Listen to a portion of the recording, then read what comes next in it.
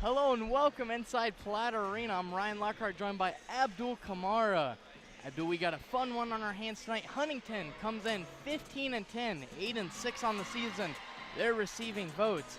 Goshen Maple Leafs, the visitors in this one, 18-10, 1-13 in conference.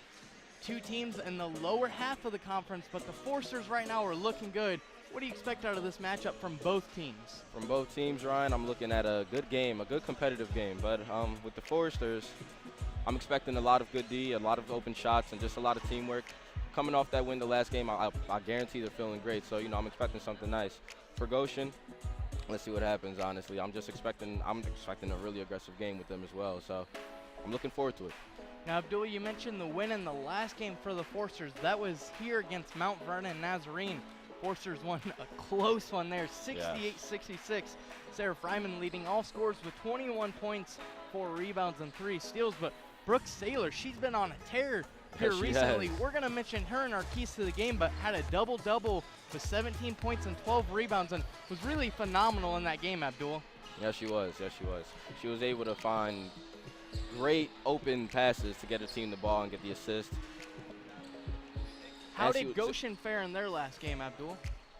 Well, their last game, last week, Goshen, they lost to IWU 61-73. Cockerham was able to score 13 points. Rowe was able to score 11 points. Chapman was able to score 8 points. I mean, they did well. They could do better, but we'll see how it happens tonight. So. Now we come into this one kind of interesting standing-wise for the Forsters. Right now tied with St. Francis as well as Grace at 8-6 in the conference. You look at who teams play. St. Francis has Grace tonight, Goshen, Bethel, and Mount Vernon Nazarene coming up. Huntington, Goshen tonight, Indiana Wesleyan coming up, Grace, then Bethel. For Grace, tough schedule for them. They got St. Francis tonight, Marion, Huntington after that, and Taylor to close out the season. What do you expect standing-wise from the Foresters? Standing-wise from the Foresters, I expect them to pull out with every effort they have. Honestly, they have a couple strong teams coming up, but like I said, these girls could surprise you. So we'll see what happens. Yeah, we're gonna take a quick look over at our keys to the game for tonight's contest. First for the Foresters, Abdul, if they can win the rebound battle. Right now, the Foresters average 32 on the season compared to 36 for the Goshen College Lancers. For the Goshen College Maple Leafs, excuse me. Second of all, to get Sarah Fryman some open looks. 3-point, she's not doing too bad on the season, but if she can get some looks and get hot, she had 30 in the last game. And finally, good inside defense. This isn't a Goshen team that can shoot outside. What about for the Maple Leafs?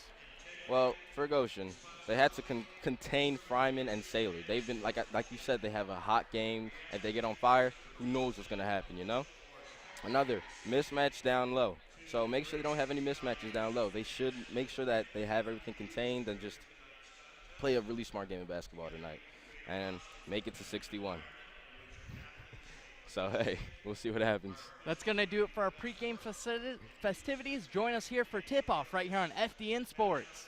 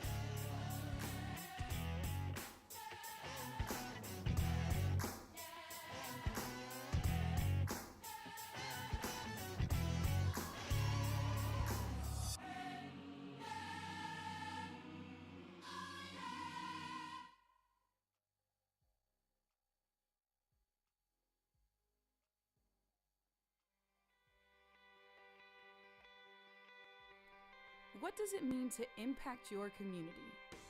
As a broadcast media major at Huntington University, you'll explore that question and uncover the heart of storytelling. Tell real-life stories of the world around you from day one and uncover why it matters to the campus, community, and beyond. It could be in our live TV studio through our award-winning newscast, broadcasting home athletic events, or running HU's very own radio station. You'll have the opportunity to use industry-standard equipment from 4K cameras to instant replay to better prepare you for a future career. In addition to foundational courses, you'll have the chance to specialize in church media, corporate media, news, or marketing and sales. Or spend your last summer interning in one of America's largest cities, Phoenix, Arizona. In this one-of-a-kind opportunity, you'll have a home base at Huntington University's Arizona Center for Digital Media as you launch into professional opportunities catered toward your area of interest and enjoy the sunshine in the process. Your professional network begins as soon as you become a Forester. Broadcast media majors at HU have a long-standing history of success in the job market. You'll be connected with alumni who have gone before you, not to mention all of your professors have industry experience. You've been given a gift. Why not use it to impact your world for Christ?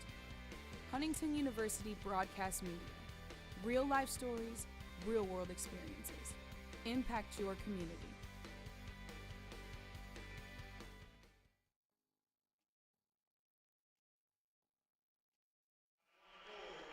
Hello and welcome inside Platt Arena. We're ready for starting lineups here. First, for the visiting Goshen Maple Leafs at guard, number 10, senior Haley Archibek, 5'3", out of Sylvia, Ohio. Next, number 22, Mariah Rowe, a sophomore, 5'6" guard. Number 25, Allison Prigge, the junior, 5'11" forward, getting the start tonight. Number 34, Denise Chapman, one of two freshmen in this lineup from just down the road in Fort Wayne. And rounding out the starting five, the big freshman, number 40, Grayson Cockerham. We're going to be saying her name all night, Abdul. One of the bigger players on this team, averaging 13 points a game for this Goshen squad. What's it look like for your Foresters tonight? For our line for the Foresters tonight, we have number 4, Maddie Reeker at guard, senior. Number 5, Erin Moore. She's a junior. She's a forward. Number 12, Sarah Fryman, also a junior, and she's also a forward. And number 20, Sam Hamill, sophomore. She's a guard. And number 32, Brooke Saylor, the unstoppable, the strong, the unbeatable. So Ryan, that's our starting five for tonight. Yeah, we look at the season series for this, and the Foresters have dominated this one, Abdul. 24-5, the Foresters lead the series. This is going to be the 30th matchup of it so far. Only 2 games outside of the conference play. Coming into this, Foresters on a 3-game win streak. They're 14-0 at home, Abdul, so haven't lost to Goshen at home. I hope I'm not eating my words, but I think we have another good one on our hands tonight. For sure. Your Foresters are 15-10. And receiving votes right now arguably should be ranked like any other team. Foresters in their home whites. Green letters, the Maple Leafs in their away blacks with purple letters. Tip-off is underway. Brooke Saylor wins that one. And it's going to be Forester ball to start this one off. Sam Hamill leading the offense. Foresters out here starting at a great pace, Ryan. Keeping it slow, trying to find the open passes, looking around. I like it. That one kicked there by Archibek. Reeker trying to get that in to Brooke Saylor, and Saylor's going to have a tall task tonight, and Denise Chapman, the 5'11" freshman from Fort Wayne, Indiana, went to Southside, and a big player inside. Saylor goes right inside, can't get that one to fall, and they're going to call an early foul on her. That'll be number 1. No score, 9:36 remaining in this first period. I'm liking the energy that the Foresters are starting this game with. And that could be a pivotal foul right there going down the stretch. You're not lying. Now the Maple Leafs looking to be the first ones on the board here. Prigge with it up top, gets inside to Chapman. Chapman dumps it inside, a nice find there. Reeker come over on the help side defense. Goshen was doing a great job of looking for the open man there. She was wide open, no one was even covering her. Yeah, Rowe doing a great job of driving baseline there and finding really open space. Tell me about it, man. Now Fryman with it, she drives inside on Cockerham. Gets the ball back inside, a turnaround, that's no good, off the glass. Foresters can't find anything so far tonight. Archibald passes up the ball. Now Grayson with a three-pointer. That's good. Maple Leafs lead this one 5-0. And the Forsters are going to take a timeout. This will be a 30-second timeout with 8:47. Abdul. Yes, sir. Really only about 13 seconds off the shot clock, or the game clock, excuse me. Forsters in a 5-0 hole. What's going on right now for the Forsters? Yikes. Well, Ryan, from what I've been seeing so far, I got to say the Forsters, they have the right idea. They're coming out with the right mindset. I just think they're playing a little, their defense right now is just a little bit lackadaisical. However, like I said, I do like the energy that they're playing with on the offense. Goshen, however, has been able to do something different on the offense here tonight. They're obviously confusing the Foresters. Leaving people open is not the look, but hey, they're doing a great job. I like their play as well. Maple Leafs out to this quick 5-0 lead, and 5 points early like this isn't something to shake up one's confidence. Cockerham leading all scores with 3 points right now. Now Hamel with it. Fryman takes a three-pointer from the key. No good there. Forsters 0 for 3 so far. Now Cockerham looking to push up the ball. Thought about the three. Passes up Priggy. That's no good there. Chapman able to get out there. That was great hustle by Maple Leaf. Can't corral it though. Hamel cleans up her board. Hamel now to Moore. Moore inside. No good once again. And Forsters quiet so far on the score. 0-5, they're down. 8 minutes and some change left in this first period. Foresters, Ryan, I think they're not comfortable yet. They still got to warm up a little bit. And this one's gonna go the other way. That's gonna be on number 33. Maple Leafs tonight also playing a really nice game. They're off to a great start. Obviously playing aggressive already. If they keep this up, we might not even have to, say much. Excuse me, that foul was actually on 34, Denise Chapman for a moving screen. Now Moore with the ball. She's caught in trouble. Saylor, short corner, trying to get it inside to Fryman. One dribble up. She'll get the foul called on Chapman. That was a great take by Fryman for that foul right there. That's going to be number 2 on Chapman. She's going to be taking a seat here, but Fryman going to the line right now for 2 free throws.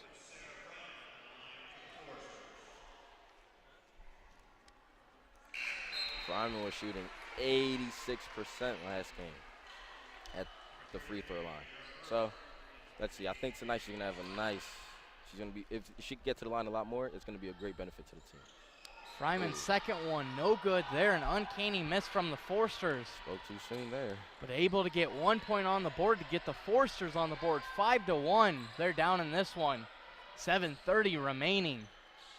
Now Archibald with it, far side of the court, down to Murph. And they're going to call her for the travel. Murph coming in for Chapman. Early turnover there, and the first turnover there for the Goshen Maple Leafs. Forster ball now. Aaron Moore with it, driving inside around the free throw line. Motion offense here. Fryman gets past inside. Saylor now back to Fryman. Goes up with it. Bounces off the rim 2-3 times. No good there. Ryan, and we're seeing here a lot that Foresters have a great opportunity inside. They're moving the ball well, but they're just not finishing. Maple Leafs now with the ball. Rowe with it at top of the key. Gets it over left side to Archibald. Priggy with it. She'll swing the ball around. Now inside to Murph. Double team coming. Shot up, no good by Rowe. It looked like Saylor might get a block on that one. That was great defense by Brooks. Stats might not give it to her, but I will, Abdul. Oh, for sure. Now Moore with it over to Reeker, right side of the wing. She'll take the three-pointer. That's good. There it is. The senior stepping up with the big shot, 4-5. The Forsters draw within one, 6:20 remaining on the clock. Cockerham with it. Dribbles inside. That's no good there.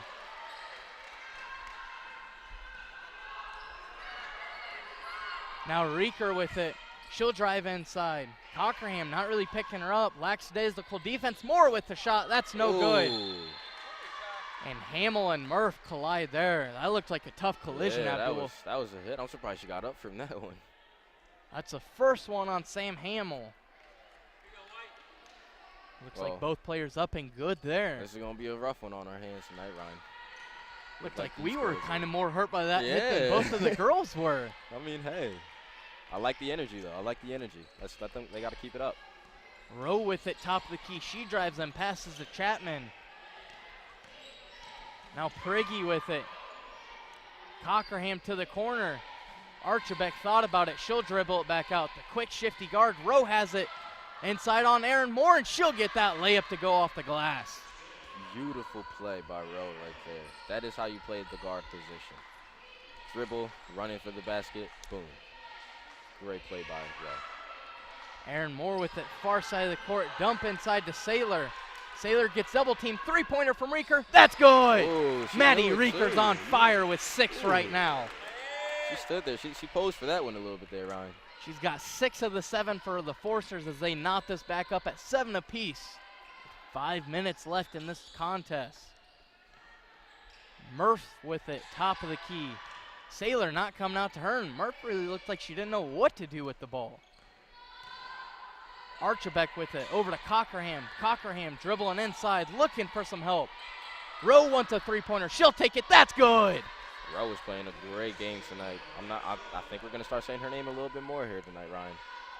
Yeah, Cockerham's the one you initially come to if you're looking at this Maple Leaf squad, but right now Rowe looking good, but Maddie Reeker looking just as good. Gets her shot blocked. Saylor with the rebound, but can't corral it. I think she falls on top of Priggy, but we're going to get a timeout from the bench. I think that's Maple Leaf on that one. And that's going to be a 30-second timeout. We're going to stay right here with this one. 10-7. The Maple Leafs lead with 4:20 left. But Abdul, the Forcers, were down 5-0, able to climb back into this one on a 7-5 run. What's it looking like? What have you seen from the Forcers, their adjustment? The Foresters, they like I said, they were uncomfortable a little bit. They didn't seem too comfortable on the ball for the first couple plays there. But as time was going on, of course, these girls started to get a little bit more comfortable. As you can see with Maddie Reeker, she was taking those shots and splashing. Like, come on now, that's just comfortability at the court.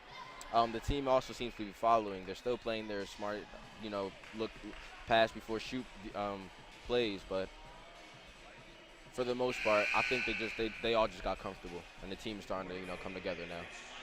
Forster shooting 22% from the field, with 66% from beyond the arc, Abdul, right now. Nothing inside the arc has gone right for the Forsters, but you mentioned they've gotten some good looks.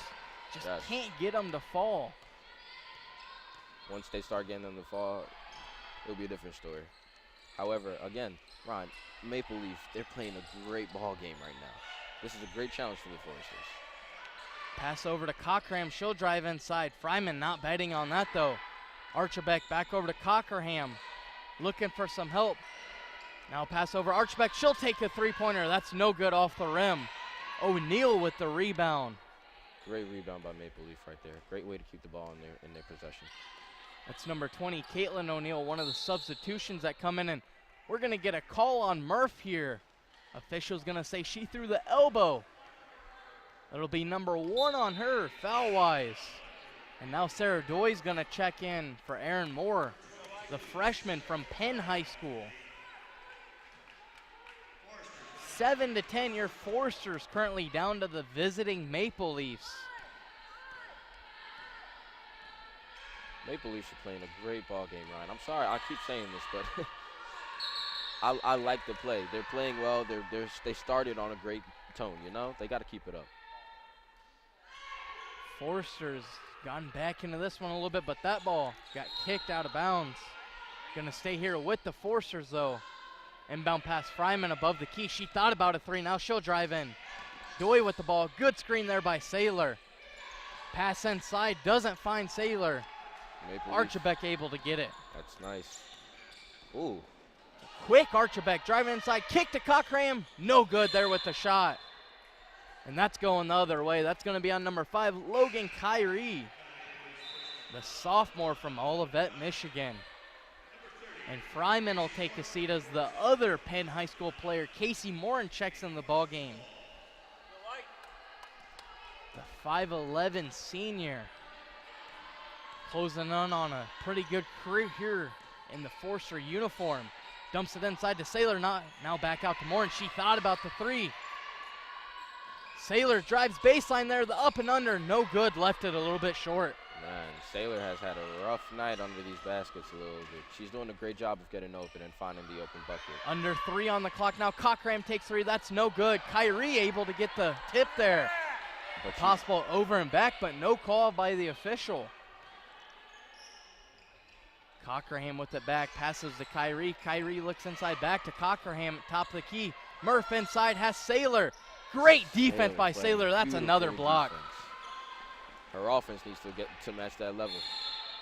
Now up to Doy, and they're going to call a foul on Kyrie on the hand check. Doy doing a great job to fight that one inside for that foul. Goshen coach Stephanie Miller not happy with that one in her 8th season. I'm sure she saw some questionable calls at Doy, but going to have to live with that one as Doy goes to the free throw line. First one is up and good.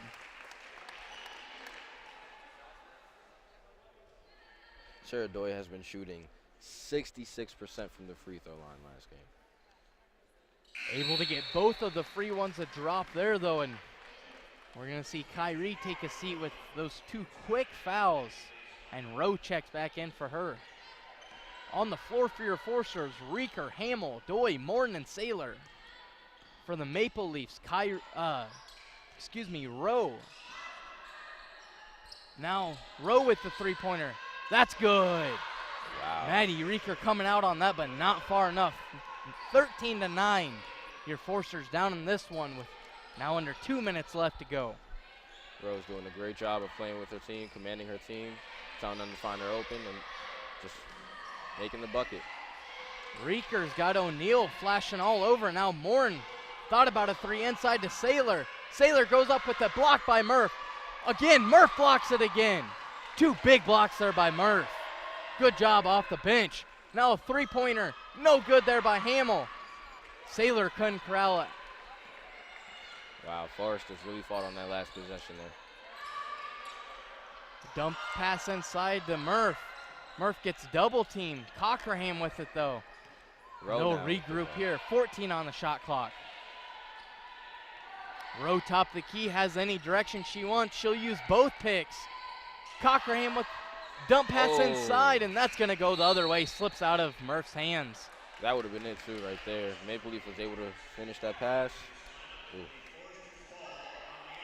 Priggy into the ball game for the Maple Leafs. Foresters need to keep up this pressure, Ryan. They're playing great right now, and they're starting to get pushed a little bit, but they got to keep pushing. Now under a minute to go in this one. A nice pass inside from Saylor to Hamill, and Hamill capitalizes. Beautiful. That's what needs to happen more from right now. Brooke needs to find these more open passes and just get her teammates the ball. 11-13, your Forsters are down 2, but Hamill with the big steal there. She's driving the floor. 2-on-1. She didn't have numbers there. Morin thought about the 3, no good. Now Saylor, a shot that's up. Can't get it to roll in. So she'll go to the foul line for 2. That foul's going to be on number 20, O'Neal. Last game, Brooke was shooting 61% from the line, so we'll see how she does tonight. Saylor's first one's up and good, cuts us back to a 1-point ball game, and Abdul, the Forsters still haven't led yet in this first quarter. Ron, here's what I got to say to you, buddy. There's a whole lot of ball game left. But no, Foresters are going to keep pushing. If they keep pushing, they could get this lead back. Saylor's second one, no good. 35 on the game clock. 26 on the shot clock. About a 5-second difference on a high pass there from Rowe. It's going to be another turnover for the Maple Leafs. Foresters need to take advantage of these opportunities that they have right here, right now. Shot clock's going to be turned off with 24 seconds left, Abdul. You got to think the Forsters going to be taking the last shot here. They got to make it count, Ryan. Down 1 point. What kind of basket are you looking for here, Abdul? Honestly, I'm looking at the open corner. I'm not going to lie. If they could bang that down, it'll be a different story. Doi with it. Fryman a pull-up. That's no good there. Murph will get the rebound, and they're going to run out the shot clock. No shot will come off, and that's going to be how the first one ends here inside Platt Arena. 13-12, your visiting Maple Leafs lead this one. We'll be back with the second quarter here on FDN Sports.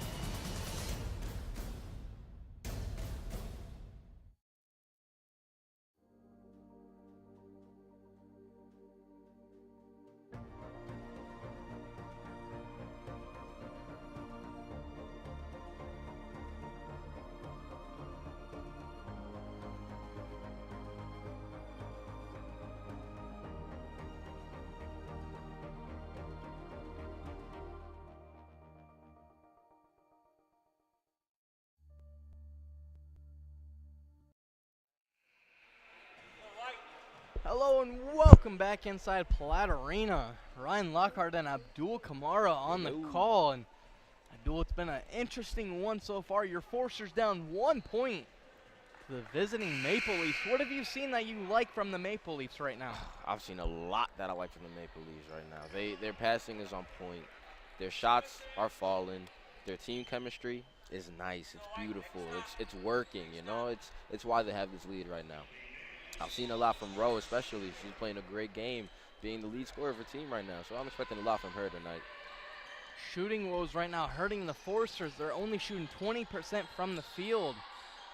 See if they can improve that here in this second quarter and the rest of the game. A skip pass over to Cochrane, but not before a 3 seconds called on Murph down low. Another turnover for this Goshen squad. Murph has to watch herself there a little bit there, Ryan.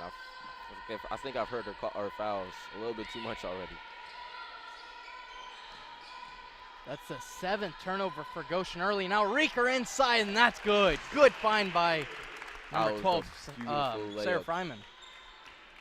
That was a beautiful layup by Reeker there on that last play. Now O'Neal with it. She'll dribble inside. Thought about it. Priggy from the corner. That's good. Ooh, there it is. Forsters get the lead, and the Maple Leafs take it right back. Yeah, Maple Leafs know what they're doing tonight. Give and take, give and take. 16-14, Maple Leafs lead this one. 9 minutes left in this contest. Fryman with it, top of the key, inside to Morton. Morton a little hook shot there, and that's good off the glass. Ryan, Fryman's doing a great job of finding the inside man there. I love the bounce passes to the inside. Rowe running the point guard position for this Maple Leaf squad. Priggy, top of the key, has it. Finds Rowe on the left side. Uh-oh. Cockerham now with it. She's looking for something. Back over O'Neal. She'll take a three. That's no good. Hamill looking to start this one. She's got numbers. Has Doi on her right side. She'll take it. Doi no good there. A little bit too strong off the glass. That was a beautiful setup, though, for the Foresters there. Practice that a little bit, it would be a different story. Hamill, good defense there. Priggy thought about the three off the skip pass. Doesn't take it. Now Cockerham will go right into number 4, Maddie Reeker, and she'll get the basket and one. Cockerham using her height there, using her power, her physique. That was beautiful. That was a great push. Maple Leafs will take the lead back to 18-16 with 6:08 in this one.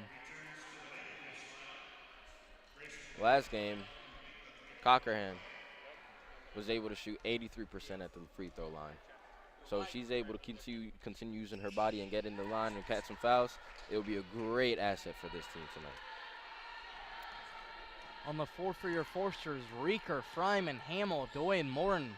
For the Maple Leafs, O'Neal, Rowe, Priggy, Murph, and Cockerham. Right now your Forsters down 3. Fryman inside. She'll get the basket and go to the line for one more. Some great beautiful move inside Abdul. That was nice. That was really nice. She deserves this foul, I'll say.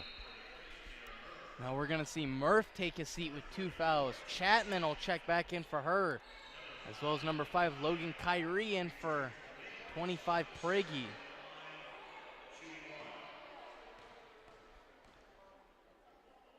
Fryman's first one up and good there. First one and only one there. 2 for 3 from the line on the game. O'Neal dumps it inside to Chapman. Maple Leafs go to her right away. Now Kyrie dribbles inside, and they're going to call her for a travel. Been a rough night for Kyrie so far. Aaron Moore checks in for number 20, Sam Hamill.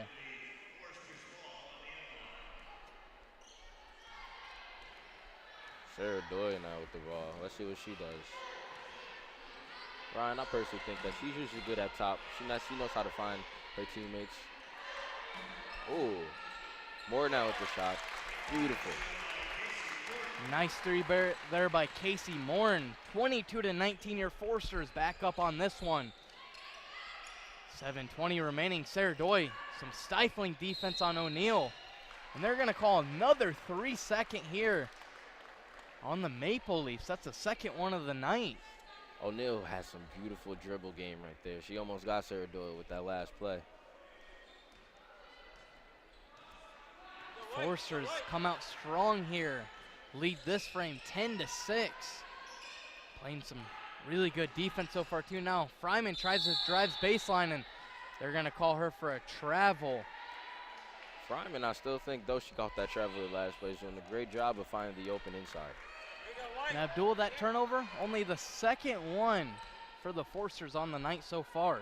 So the Forsters taking care of the ball. That's really good. That's something that's something we've been saying they should have worked on. Pass inside to Chapman. That's no good off the other side of the rim. Fryman with the rebound. Now up to Moore. Moore now finds Fryman. Back out to Reeker, and the Forsters will slow this one down. A nice jab step by Reeker, but can't get that to fall. Too soft. Reeker all still doing a great job leading the team with 8 points in the quarter. Three-pointer by Kyrie is good. Assist there from Archibek. A good find from Archibek over on the wing in front of the student section. 22 all in this one. Casey Morin thought about the three, has Chapman on her. She's gonna throw it back to Reeker. Yep. Reeker from the short corner, too strong there. Cochran with the rebound. Forsters can't keep this play up. I think even myself, I'm starting to see that Reeker's now the go-to person on the offense. Reeker with 8 points so far. The two big threes back-to-back to get the Forsters really in this one. Cockerham in some trouble. Passes out to Kyrie. Inside to Chapman. She's got Morton on her. She'll pick up her foot. No travel call there. Morton with the rebound. Both teams trading baskets back and forth here. Now Doyle looking to slow it down for the Forsters. Moore will drive inside. Ooh. Gets Kyrie off of her. That's good. That was a beautiful back step there by Moore. Beautiful take there by Aaron Moore. And we've seen flashes of that, Abdul, this season. Yes, we have, Ryan. Against Iowa, had her career high 18. Oof. But just hasn't been able to put it together all season long. Archibek in the corner. She'll go up. That one's no good. Hit nothing. Fryman with the rebound. That was nice there. Sarah Doyle now taking it up the court. Oh, she's going to take it all the way. Doyle coast to coast, but no good there. Once again, too strong off the glass.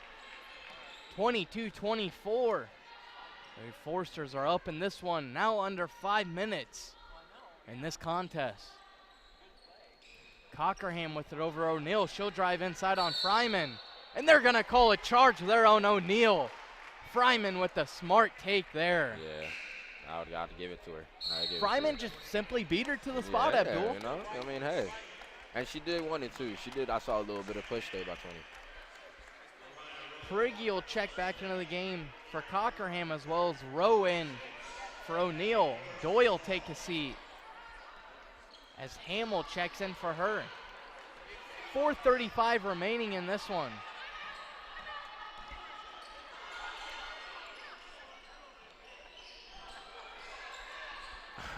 Now Fryman inside that basket. No good there. That was a little confusion there.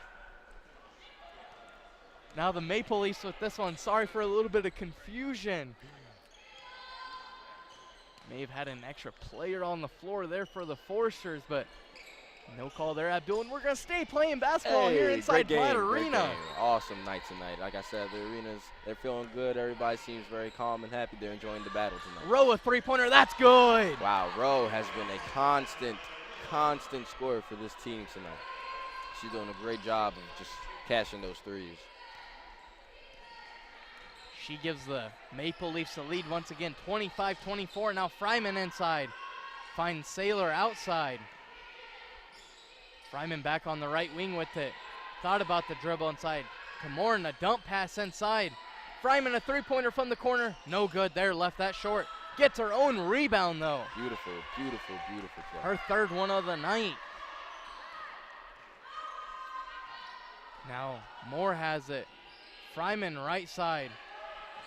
Saylor with it, finds Hamill. Forster's trying to get something offensively. Moore will take the shot, no good there. Yeah, that ball, she wasn't secure with that ball there for that shot. She had no choice but to take it. You can't blame her. Hamill able to get her hands on that one. She's going to have to watch it with Archibek coming pretty quick up the floor. Now Prigge with it on the right wing. Inside, Saylor able to react there. What a great job by her. Yeah, though Maple Leaf still takes possession. Prigge wants it inside, but they're going to call a shot clock instead. She was really looking to pass that ball, Abdul, but just nobody was getting open. Yeah. No movement in the offense. Couldn't blame her, but she did a great job of still saving that ball. 25-24, your Forsters are down in this one. With 2:30 remaining in this second quarter. Forster seemed to like this close game. Ryan, it's nerve-wracking sometimes. Yeah, it seems like the Forsters just can't get a good run going here. This defense for the Maple Leafs pretty strong though. And Fryman loses that one. Third turnover of the day for the Forsters. Cockerham with it now top of the key. She'll pass it over to Archibek. She'll regroup. Archibek trying to lead her team here. Under 2 minutes now on the shot clock. The game clock, excuse me. Oh. Pass inside, and they're going to call a foul on 32, Brooke Saylor, her second one of the day.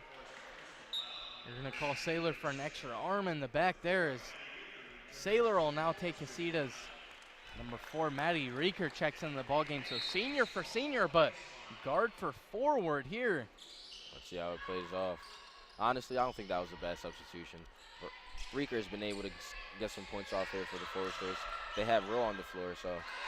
Murph inside going right into Casey Morton, able to get that one.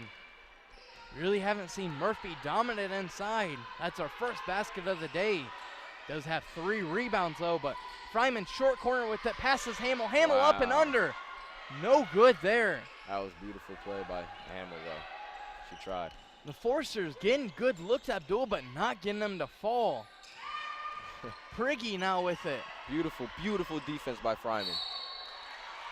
And they're going to call that one off Prigge, and looks like she tried to throw it off her leg there, Fryman's leg, but hit her leg last, and she doesn't really agree with the call, but hey, I trust the officials. Another turnover there by the Maple Leafs. Your Forsters still down in this one. Down by 3 now, 27-24. Hamill looking to get something.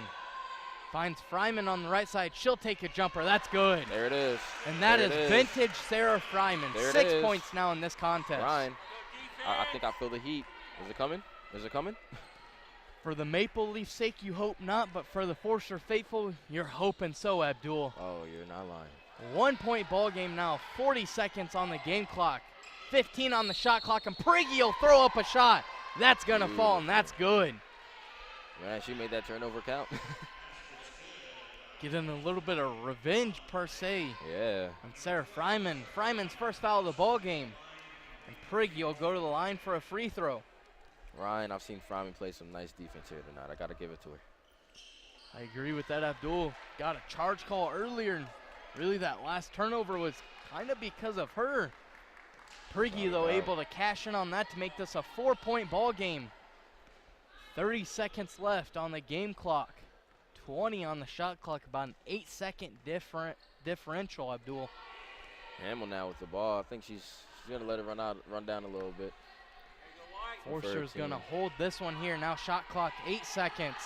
Fryman comes for the pick. Oh. Fryman's going to get a 3 at top of the key. That's good. There it is. Boom, baby. Fryman with a big 3. She's cooking that breakfast. 6 on the shot clock now. Drive inside. Oh. That one's off the rim. No Beautiful. good there, and Moore's just going to corral it.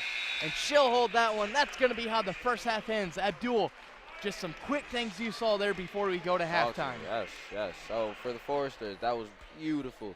Fryman was playing some great defense. Reeker, of course, was able to keep the Foresters in this game. I feel like single-handedly almost, but I got to give it to the team as a whole overall. But, hey, shout out to Reeker, shout out to Fryman. They're doing a great job for the team. Brooke Saylor, keep pushing, keep trying. She's also doing a great job for the rebounds. But I could see more from her. I'm expecting a lot more. We'll be back with the second half as well as some halftime stats here on FDN Sports. 30-29. Your Foresters are down in this one.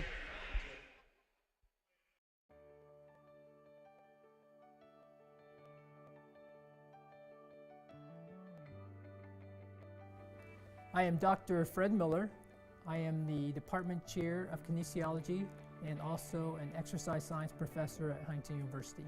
Huntington University is unique as far as they get a lot of one-on-one attention from the professor, helping them learn the information or helping them administer a test, whereas some universities you don't get that one-on-one from the professors.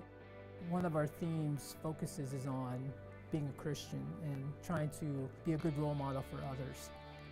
We're here, we really care about the student, we want to see that student succeed, not just preparing them for their future career, but also we want to prepare them to be a servant for God. Huntington University, we have a lot of equipment that students will get an opportunity to use and experience. Some of the equipment we have include a bod pod, which is very famous. We also have other interesting equipment that students will get to use. That equipment includes a VO2 Max, a metabolic cart system. There's also a lot of equipment including other health measures.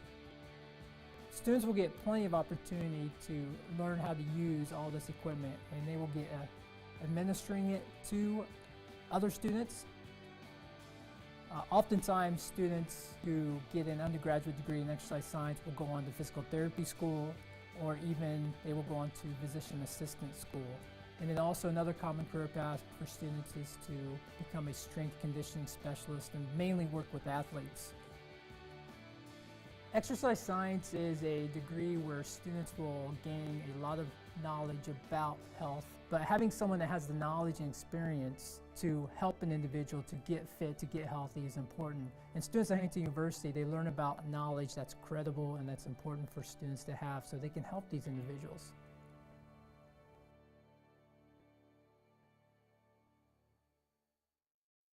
So Powder Puff football is 2 teams divided up by floors, and then they all have flags, so it's just a flag football game. And so we have the 2 end zones, and it's just like a regular game. We usually play 2 20-minute halves, and it's just a good time for everybody to get some football in since we don't have a football team here as a sport.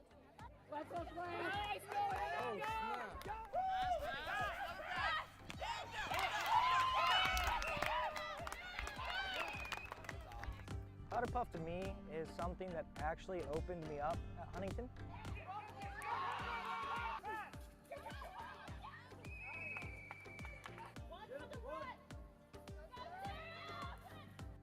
And for me, just as a freshman, obviously, I get to know all the different girls on my floor, and we all grow closer together.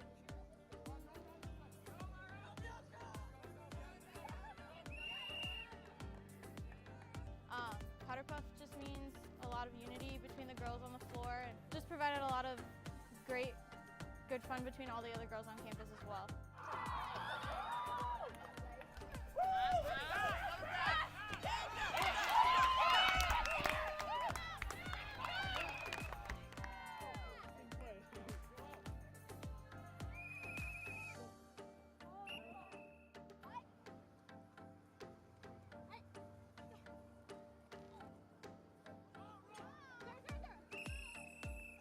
Powder Puff means to me, it just signifies some of the best times that you're going to have during homecoming weekend.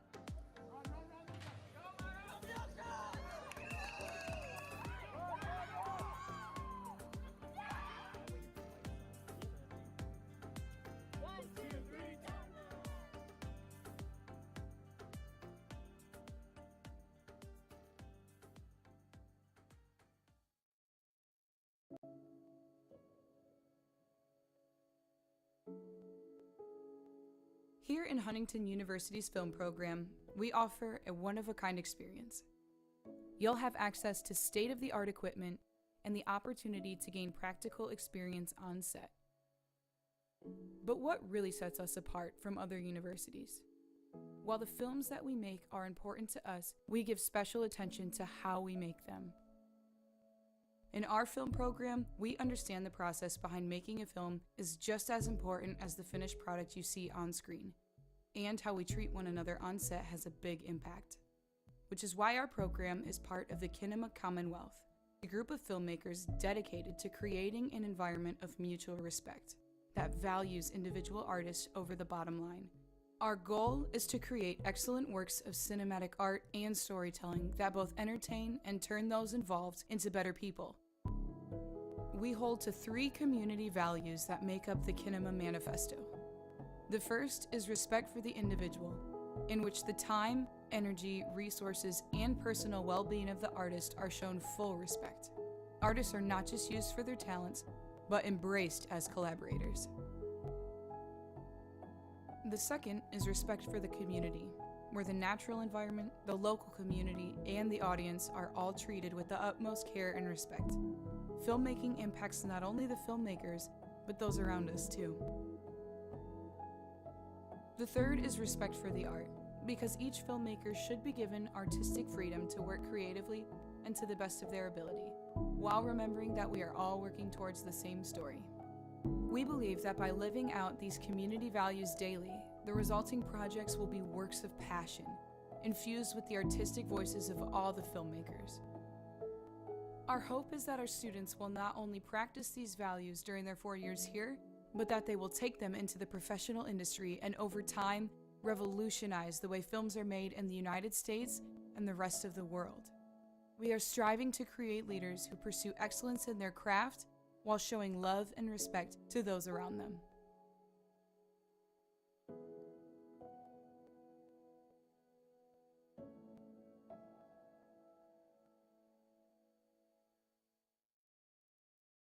Well, some other schools, digital media arts and media in general might kind of just be an afterthought. They might just store their gear in a closet. We have a dedicated place for all equipment. We have a dedicated staff member and a small team of students here to help out with all equipment needs.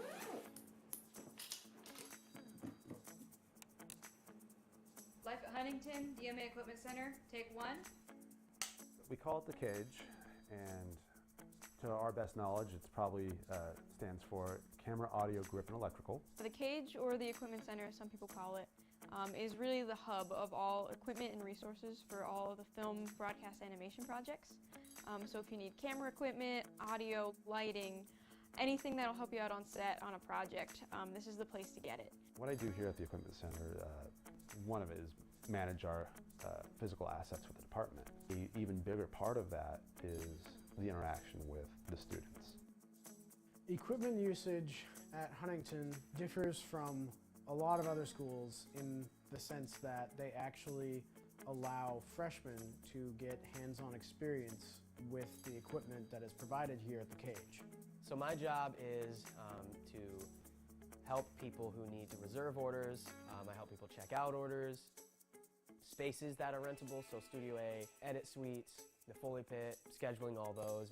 It also teaches students how a real rental house might work, so equipment care, the rental process, it covers all of that. So it's really foundational and important for the students' education too. It's always evolving, it's always improving, it's always growing, which is a reflection of an industry standard. Camera technology is constantly changing. You wait 5 minutes and there's an upgrade. That's probably the biggest challenge, and trying to stay on top of a good camera to student ratio so we can get hands-on with everybody. Great question. We're able to actually add a little bit more than just checking in and checking out equipment. We oftentimes will actually give advice to students. If they have questions, they can be demonstrated to them, and they can get extra learning, and they can pick up some new skills that they might not be able to in a classroom. It's not just a job. You get to learn all about the film equipment here too. It's kind of just a central place where everybody can just come. Anytime we're open, we have all of the gear. Talk to a cage worker. Really learn from day one.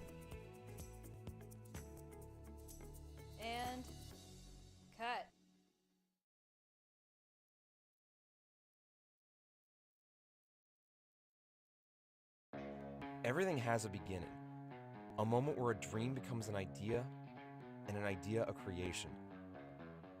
Cutting-edge creators are engaging in the ever-changing medium of digital media.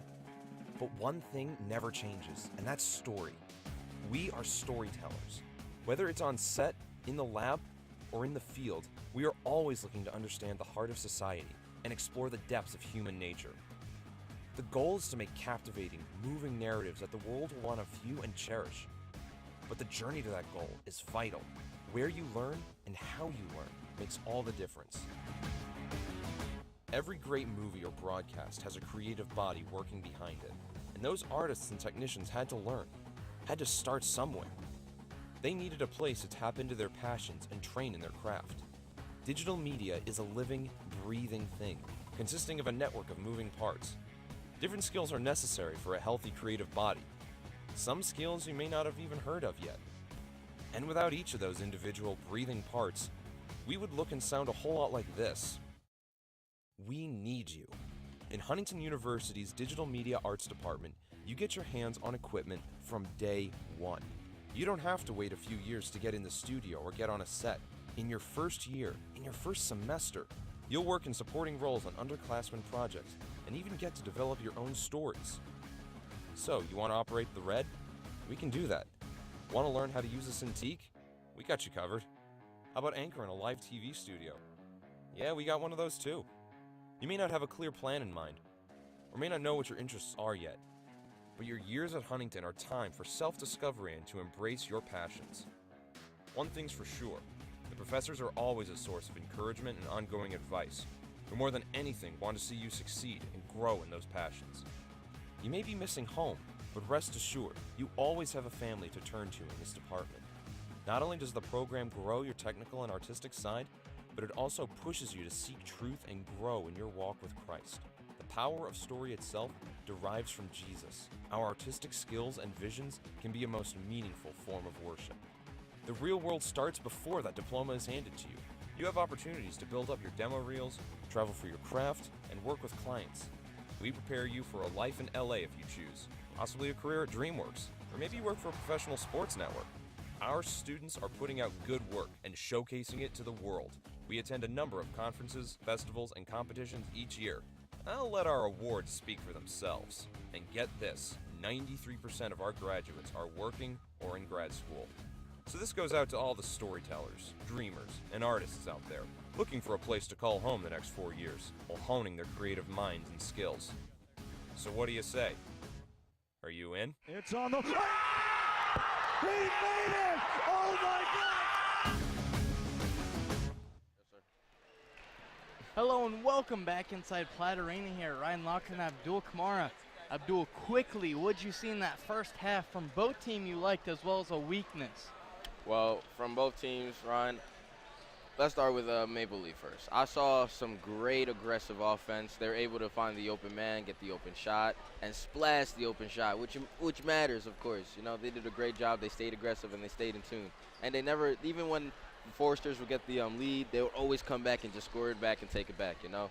From Foresters, I saw some great team play. They kept passing. They tried to pass the ball inside, and they did a great job of finding the open pass to the inside and just trying to make these layups. Maddie Reeker did a great job, as well as Sarah Fryman. They both scoring 9 points. Well, Fryman scoring 9 points, Reeker scoring 8 points for their team. Back to Maple Leaf. I apologize. Back to Maple Leaf. For Rowe, I'm impressed with her game. She scored 13 points for the team, and Cockerham has scored 6 points for the team. Turnovers, they're not looking pretty nice for the team. It's 21 total turnovers for Goshen and 13 turnovers for Foresters. So that's what I saw in the first half. Yeah, for the Foresters, some more stats for them. You mentioned Fryman, 9 points. Yes. 3 rebounds as well. Maddie Reeker, 8 points, the 2 big threes there. Brooke Saylor kind of having a back and forth game, only 1 point, but 4 rebounds go with that. Forster still having some shooting woes at 33%, shooting 66% from beyond the arc though, so maybe the Forsters need to go from beyond the arc, Abdul, and try to get some shots falling from out there here in the second half. But then for Goshen, you know, they're shooting 47% from the field, and 54% from beyond outside. So, you know, this game a little bit different. Forster's only down 1, though. What do they need to do to win this one? Forrester's got to keep pushing. They're doing what they need to do to stay in it. This score is 29-30.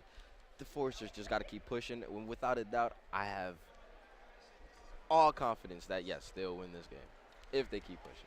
However, the way it's looking right now, it's still anybody's game, and it's still a great fight. As we're about ready here for the second half to start in this one. This is going to be a fun one, Abdul, as we look in and see. You know, Forster's down 1 right now. We're down 1 after the first quarter. Looked a lot better, though, in that second quarter. We'll see what they can do. Right now, foul-wise, you know, Brooke Saylor is the only one in any sort of foul trouble with 2 of them for the Foresters. Foresters are going to be the ones that get the ball here in the second half. Fryman going inside to Prigge right away. A turnaround good for her, and she gives the Foresters lead once again, 31-30. Archerbeck with the ball. She'll go over to the right side of the floor. Dump inside to Chapman. She's on Saylor. And they're going to call a travel against her. Chapman trying to go at Saylor, but Saylor giving no ground. Yeah, it looked like she just lost her foot placing there a little bit. Hamill looking around now. She's trying to slow it down. Playing that guard position very well. Again, Forsters passing the ball to the inside. Fryman with the shot, unable to make it. Maple Leaf now with the ball. Now Cockerham kicks that back out to Archerbeck. She'll regroup this offense. Prigge with it on the right side. Rose, she had 10 points in that first half. Led all scores. Back inside Chapman. Aaron Moore coming over for the double team. They're going to call another travel on her. Chapman for sure now definitely starting to get pretty annoyed with these calls. Can't blame her. That was a little something, but great defense by Brooke Saylor. And head coach Stephanie Miller having a word with the official down here. Not happy with it. I think she wanted a foul instead, but we're going to have to live with the travel. Now Saylor looking to go inside. Chapman ready to play that defense. Saylor inside against Chapman. No call there. Chapman did a great job defending that ball, I believe. Now Rowe with it. She drives inside, kicks it back out to Prigge. Prigge, she'll take a spot-up shot. That's no good. I was not impressed with that shot right there, Ryan. She could have definitely looked out for her teammate. Reeker with that rebound. Hand off to Fryman. A three-pointer lines up. Good! That is good for Sarah Fryman. Fryman. Woo! She's frying the pan. I'm telling you that. She's frying the pan. That's going to give her 11 points and energize this team a little bit, Abdul. 34-30. Forsters lead. A 30-second timeout that we're going to stay right here. 8:20 left in this third quarter. Abdul, the Forsters starting to look like they're getting the engine going a little bit. What's been the key to this success in the third quarter? Well, Ryan, I gotta give it to the passing and the shot selection I'm seeing from the team. Forsters here, they're taking the smart shot. You know, they're waiting for their teammates to get open, and then once they have it, they're confident, they're comfortable. Let it go, and it's splashing. The most important part, it is splashing. Fryman doing a great job of capitalizing on her open opportunities. Forsters getting some of their shooting woes to go away. Now shooting 35% from the field. An outstanding 71% from beyond the arc, 5 of 7 out there. On the other side, the Maple Leafs 45% from the field and 54% from beyond the arc. Archerbeck now with the ball. A key stat though, Abdul, the Forsters only have 3 turnovers, the Maple Leafs 14. Oh man. They're gonna have to cut down here in the second half if they're gonna want to stay in this ball game, but Chapman looks to kick that back out to Cockerham. They'll regroup this offense for the Maple Leafs. 10 on the shot clock. Looking inside Chapman. Prigge can't find her. Cockerham on the right side. Passes over Archerbeck. Now Rowe with it. 4 on the shot clock. She's going to have to take a shot. She does. No good there. Chapman with the rebound. Into Saylor. That's no good. Reeker with the rebound. Chapman did a great job with that rebound there, but she just needed her team to be open more. She shouldn't have taken it up. Big pass up to Moore, but Moore able to corral it. Now Saylor with the short corner. She drives baseline. Not there. Moore thought about it. She'll drive inside. No good there. Too strong. 34-30, your Forsters lead. 7:25 remaining in this third quarter. Maple Leaf now trying to pick up the intensity of this game here, it looks like, Ryan. It seems like they're picking up the pace. Oh, well, spoke too soon. Rowe now slowing the ball game down. As you say that, Abdul Rowe regroups this offense. 10 on the shot clock. She's got it outside the arc. Priggy, a three-pointer. That's no good. In and out. Chapman the rebound. Whoa. Saylor looked like she had the block, but they're going to say she caught an arm as well. That's going to be 3 on Saylor. Hey, I mean, I couldn't really tell from here, but it was an aggressive block. I'll say that. Chapman will go to the line for her first free throws of the day. First one is up and no good. Last game, Chapman shot 53% at the free throw line. Saylor's going to have to take a seat now as Morton checks in for her. And you know, that's the struggle for Brooke Saylor, Abdul. She plays phenomenal. She's 5 of 6, 5 of her last 6 games. She's got double-doubles. Tell me about it. But she just can't stay out of foul trouble some games, and Chapman able to go at her and get her in foul trouble tonight. Now Hamill going inside. Can't find anything. Little dump pass off to Fryman. That one's no good there. Moore with the rebound. And they're going to call a foul on the floor. Moore able to strongly get that rebound. Great play by Moore. Great play by Moore. Fryman did not have an open look on that shot. Ball stays here with the Forsters, but they do get a new shot clock. Back to Fryman doesn't care. She goes inside and she'll get a foul. Great Can't hustle. get that one though. Great hustle. Got to give it to her. Like I said, Ryan, the Forsters are doing a great job of finding the open spot on the inside of the floor, in the paint, you know? They're just playing that spot really well. Fryman from the line tonight. 2 of 4. Make that 3 of 5 after that one. The Forsters 5 of 7 from the line. Make that now 6 of 8. Only missed 2 in the Forsters.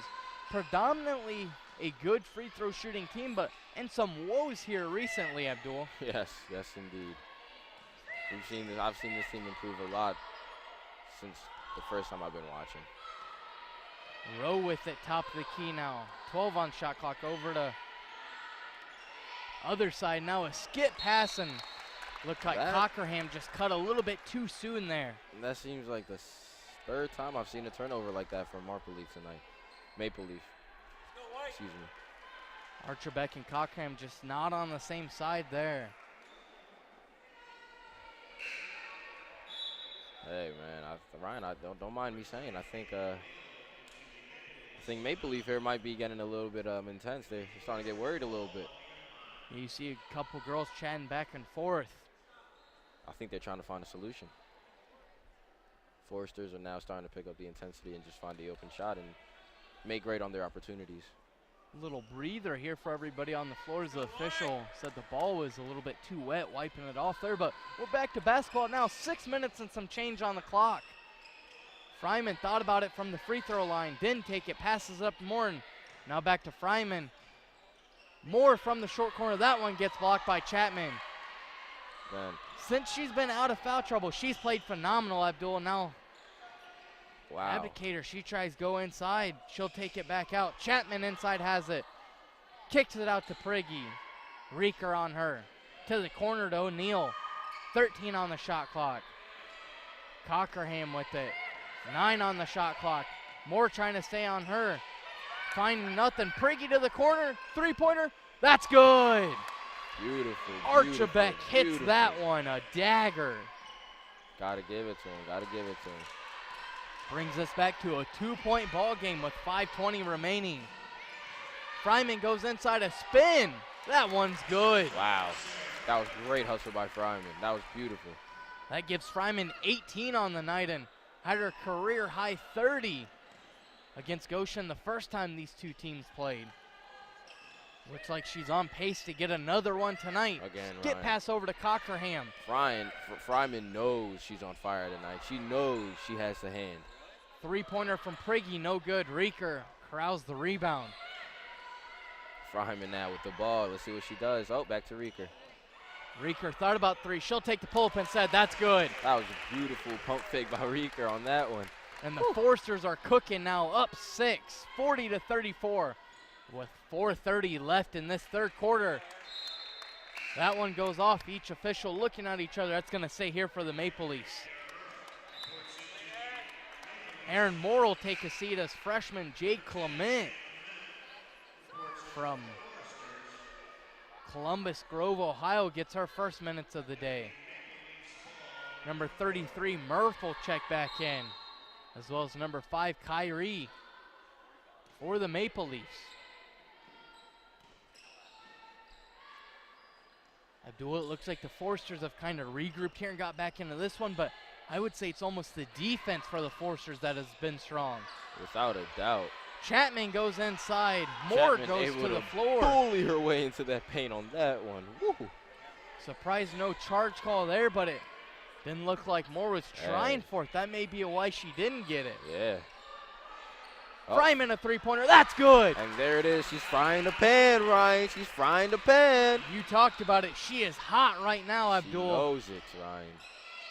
Sometimes they say when you're feeling it, you're feeling it, and she is tonight. Murph inside, kicks that out. O'Neal, three-pointer, too strong. That's no good. Chapman gets it. That's no good, and they're going to call him a foul on Hamill. I thought that was going to be an over the back there. Looked like it was a good call, though, as Hamill wasn't trying to make a play on the ball. I got to give it to Chapman on that one, Ryan. She fought for that one. She really did. That's going to be Hamill's second one, though. O'Neal with it now, top the key. She drives in against Clement. Extended the arm there, no call on Hamill with the steal. You got to give it to Hamill, man. She has the beautiful eyesight to catch where the ball is going. More than a three-pointer. That one's high and no good. Crashes the boards but can't get it. High pass over to Kyrie. Nobody picks her up. From the corner, that's no good. Morton with the rebound. And the Forsters slow this one down, up 43-36 with 3 minutes and some change on the clock. Reeker thought about that three, but the senior passes off to Morton, the other senior.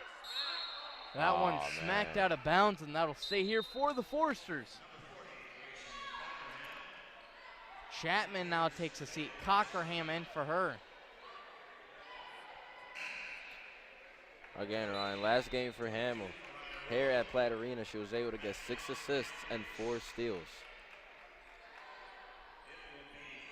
O'Neal takes a seat as Rowe checks in for her. Hamill with it, top the key, has it. 12 on the shot clock. Drives inside, doesn't find anything outside to Reeker. She'll back up for a three. That's good. There it is. Sarah Fryman stealing it. Maddie Reeker stealing it. That's 13 for her tonight. Ew, Ryan, ew. Cockerham trying to back down Fryman, but she's not biting. We're going to get a timeout here from head coach Stephanie Miller. It's going to be a 30-second timeout, and Abdul, we're going to keep it right here. We have to. It's been too fun to take a break. Come on, Ryan. 46-36, the Forsters have opened this up to a 10-point ball game. Beautiful. Currently outscoring the Maple Leafs 17-6 here in this third frame. What have you seen be the difference in the second half compared to that first half for the Forsters? Forsters have kept the intensity that they came in with, my guy. Usually, in the past, Forsters would have a problem with starting with the great mentality and just aggressive attacking, feel. But tonight, they're able to play great, and they kept the mentality. They kept the idea of to strike, attack, be aggressive. They kept that idea, and they're still running with it. They're playing a great game tonight. They got to keep it up, and they'll, hey, they keep doing it. They keep doing it. Great things will happen. Yeah, I agree with that, Abdul. I think it's been the defense. You mentioned, some of the stuff, the intensity, but I think it's been the defense that's really helped out the Forsters here in this third quarter, and some of that stemming from that intensity. Hey. Back to basketball here, and they're going to call a foul on Murph for a moving screen. Good call by the official. She caught Clement coming off the screen. Maple Leaf here, they're kind of losing it, man. They're kind of losing it. Murph trying to get some justification from the official. Head She coach accepts Stephanie it. Miller trying to get some from the other official. We're back to basketball once again. 2:25 on the game clock. Forsters up 10 in this one and look like they've taken a little bit of command. Morin driving inside on Murph. Wow. Was that a hook shot, Abdul? It looked like a hook shot there, Ryan.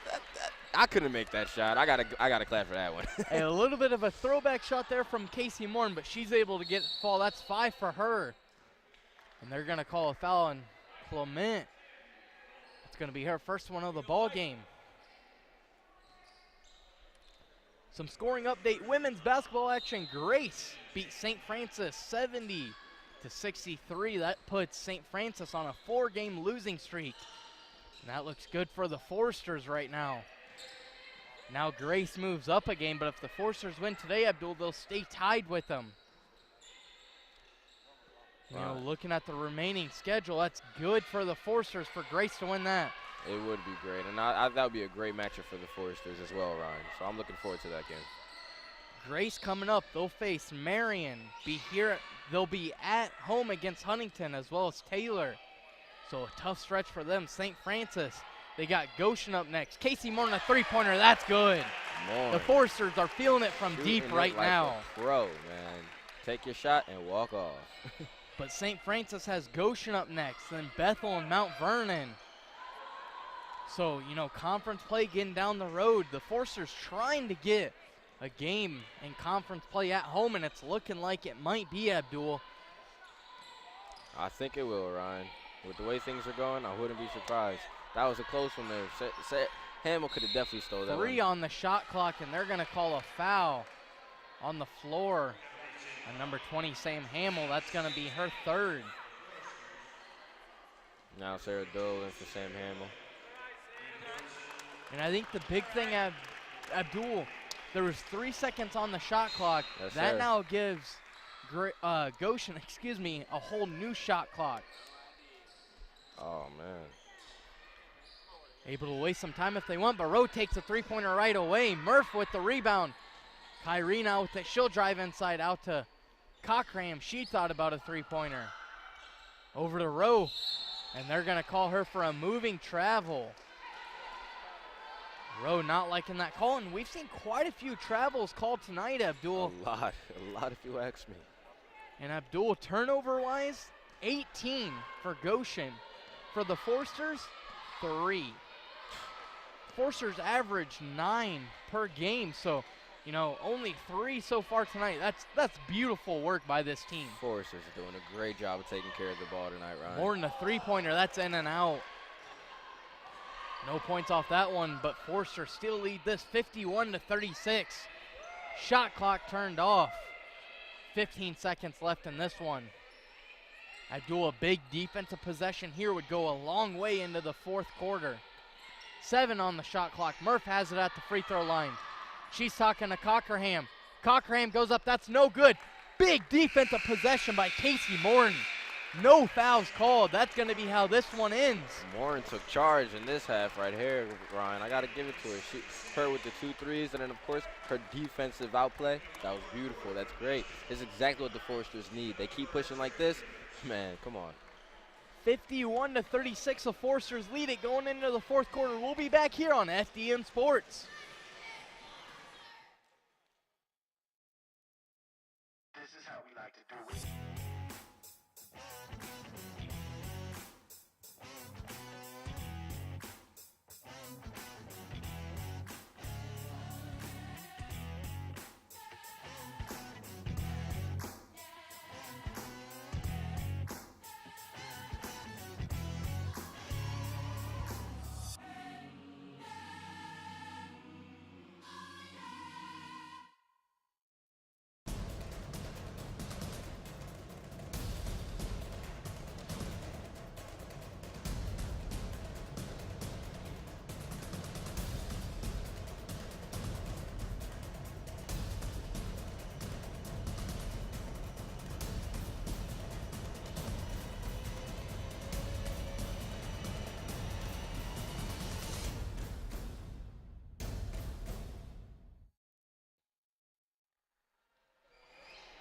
Hello and welcome back inside Platt Arena. Your Foresters currently up 51-36, Abdul.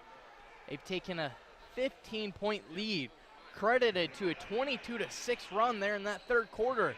A beautiful quarter if you ask me, Abdul. Tell me about it, Ryan.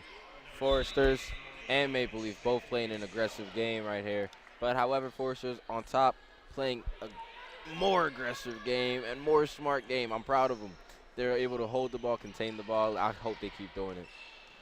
O'Neal with it, drives around virtually everybody. Ooh. Fryman looked like she had a block, but they're going to call her for a foul instead. Yeah, look, I got to give that to the foul, man. But it was a beautiful, it was a good decision by Fryman. I'll give it to her. That was good defense. Make them work for it, you know? That's going to send O'Neal to the line for 2 shots. O'Neal on the season, 9 of 10, but misses that first one. Goshen, you know, looked really strong in that first half, Abdul. Looked like they could pull off the upset. O'Neal able to get that second one, but then just really fell apart in that third quarter. Yeah. They came in strong, and I think Foresters just they just wanted it more. You know, they kept pushing. They are still pushing. Goshen right now, though they can't come back, they need a lot more. They need to focus, and they need to be a lot more smarter. Foresters attacking this zone with 3 straight skip passes. Jade Clement getting a long 2-pointer to fall. 53-37, 9 minutes and some change left in this ball game. Oh, Rowe there with the pass, but number 25 wasn't paying attention. Yet another turnover there. Make that number 19 on the ball game. Fryman's gonna take a seat. Saylor checks back in for her.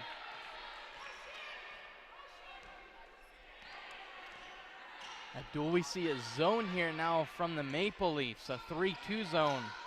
They're asking questions. Pass over to the corner. Clement takes it. That's good. They're asking questions, but they're not getting answers. My man, that zone didn't really do anything, as you saw there. Forrester is able to stay open on the corner. Beautiful.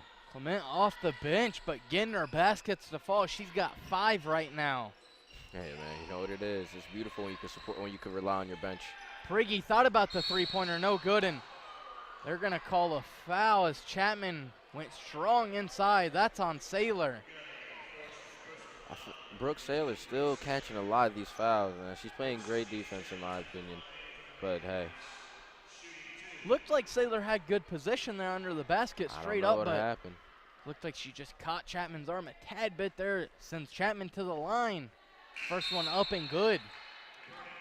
Back in the ball game. Fryman as Saylor takes a seat with 4. Cockerham as well as number 10. Archerbeck back in for the Maple Leafs.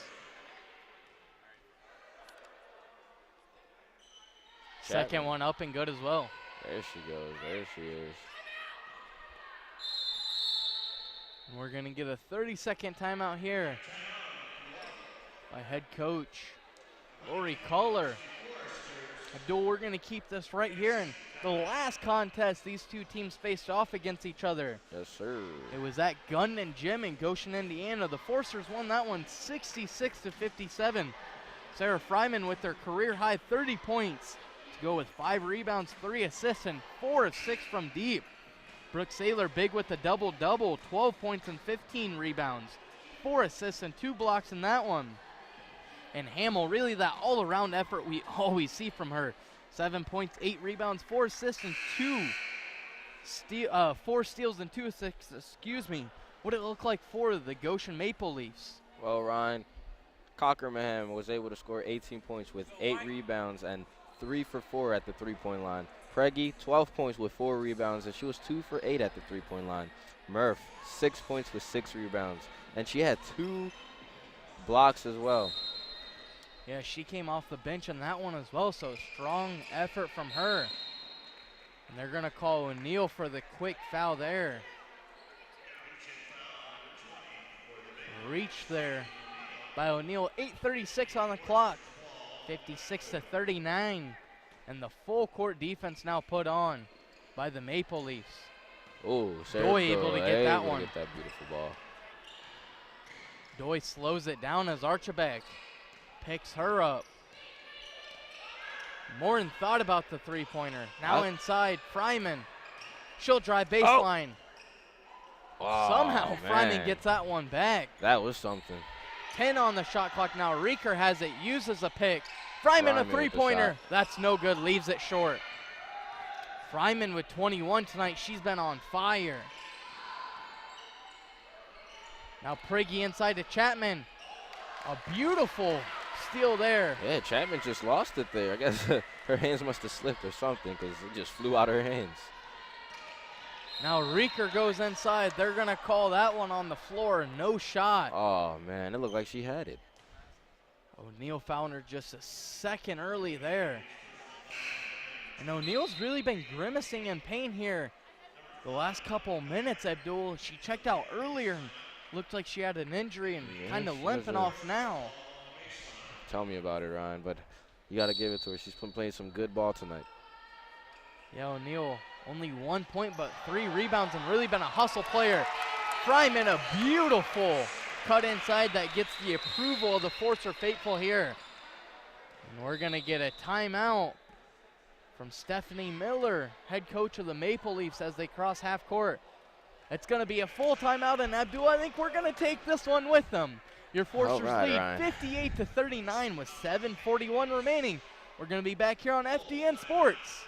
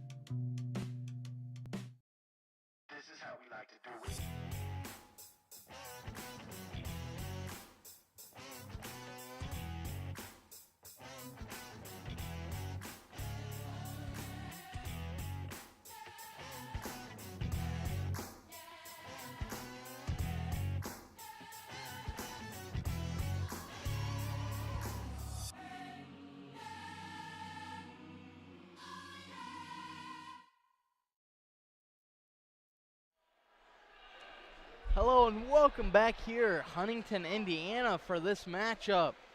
Your Forcers taking on the visiting Goshen College Maple Leafs. Abdul, a close game at the start, really got exploded in the third quarter as the Forcers went on a 22-6 run. Whoop, whoop. And really just took control of this ball game. Tell me about it. That was funny there. Looked like Archibald traveled and kind of called it herself, but the official's not calling it. Just let the ball roll out of bounds there. Some substitutions as Chapman takes a seat. Murphin for her. Kyrie in for, I believe, O'Neal. They're going to call a foul on number 40, Cockerham. Wow, this team's catching a lot of fouls tonight here, Ryan. That's Cockerham's second. Sarah Doi able to get around Cockerham rather easily and slows us down once again. Sarah Doi now commanding her team. Fryman with it. She's got 23. She goes inside. Little touch pass. That's good. Beautiful. Bounce around the rim and right Forcers now with the 21-point lead. Yeah, that's right, Abdul. 21 points.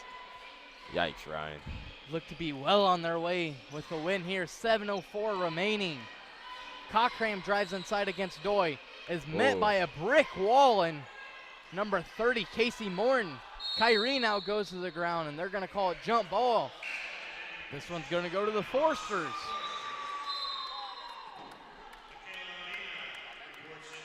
And now Maddie Reeker, the senior, is going to take a seat. Possibly her last minutes of the day here as the other senior, another senior on the squad, number 3, Michaela Avina, checks into this one. Avina from Pettsville, Ohio, went to Pettsville High School. Last game, Ryan, She was able to be really, really effective for the Foresters here. She was able to make some nice plays. Given her height, you know, she was able to slip in out of the inside paint like it was nothing. Doi a three-pointer. That's up. That's in and out. Can't get it there. And Clement's going to get called for the foul. Her and Kyrie both going strong there. Now Cindy Entgroin will check in for Fryman. Fryman will get a loud approval here from the Forster faithful. 6:35 in this score. You got to think, Abdul, this might be it for her. Yeah. 25 points and 3 rebounds. Pretty good outing, I guess you could say, if you ask me. For sure. I'll take it. Now Cochrane over to Priggy. Priggy thought about it. Little scoop shot there. That's good. That was nice. That was nice. Maple Leaf there with a beautiful, beautiful take. Priggy now with 8 points. Sarah Doyle doing a great job of commanding this team. Just slowing the ball down, controlling the pace, letting the clock do its thing. Waste time. Yeah, and every time Doyle gets it, she's able to easily outrun Cockerham. Now Entgroin with it down low. She'll take a scoop shot, a high shot there, and that's good over Murph. Her first points of the day. Beautiful, beautiful, beautiful. Foresters are getting comfortable on this board, at this ball game. The bench has been great for the Foresters. 19 total points for them. It is great to know you can rely on your bench here, Ryan. Scoop shot there by Rowe, and she gets that to fall.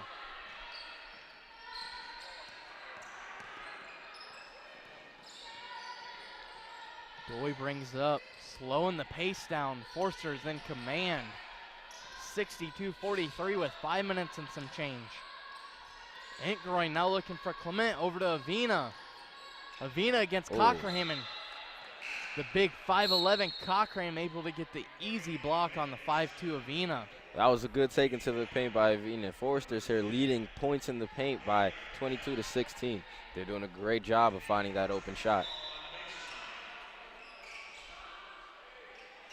Clement now with it over to Morton. 5 on the shot clock. Morton goes up. That shot clock wild and no good. 2 on the shot clock. Avina shot no good there. Maple Leafs looking to push this one. Oh, another turnover for Maple Leaf. Another bad pass, Abdul. It's just really been a reoccurring theme tonight. Hey, man, listen, from what I'm seeing, it's the angles just a little bit lower, right to the chest. Hey, you're talking my happy place. Just a little bit lower, and the passes are fine. Great pass. Doy once again gets that inbound pass and once again brings it back and slows it down. 4:40 left on the game clock. Forsters that commanding lead. Chapman with another block there. Let's hope Maple Leaf makes a great shot off of this opportunity. Cockerham tried to get the spin down low, but just a second too late. Shot no good as well. Head coach Stephanie Miller in her 8th season for the Maple Leafs. Lori Culler in her 33rd season, Abdul. You're looking at the 2 longest coaches right now on, contract-wise in the Crossroads League. Both these teams meet each other every year, so, they're used to seeing each other here. Yes, sir. I mean, hey, experience versus experience. Now, pass. Avina has it back over to Entgroin. Avina from the free throw line. That one's up. No good there. Entgroin able to tip that one out of bounds. And we're going to see number 24, Emily Brandeberry, check in, the freshman from Anthony Wayne High School in Ohio. O'Neal in for Rowe. Rowe in for O'Neal.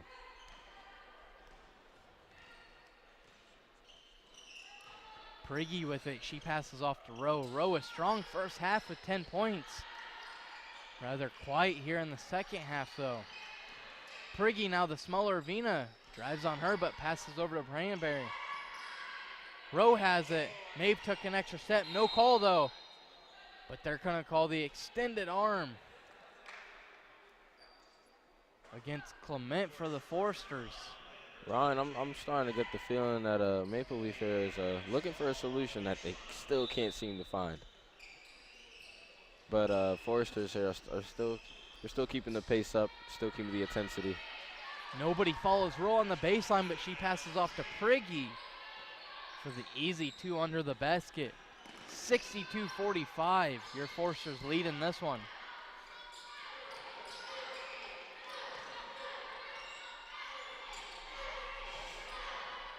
Now Avina with the back over to Morin. She thought about the 3. Inside to Entgroin. A strong move inside. Can't get that to fall though. Entgroin really using a great way, using her pivot to her advantage right there. The 5'10 freshman from Geneva, Indiana, went to South Adams High School. Her first free throw is up and good.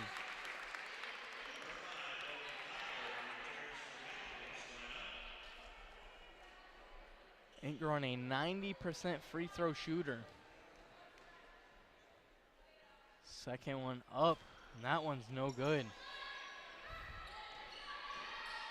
Rowe will bring the ball up the right side of the floor for the Maple Leafs. 3 minutes left on the game clock. 63-45, your Foresters are up.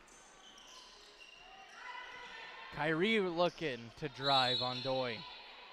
Doesn't get the shot to fall, but gets a foul call.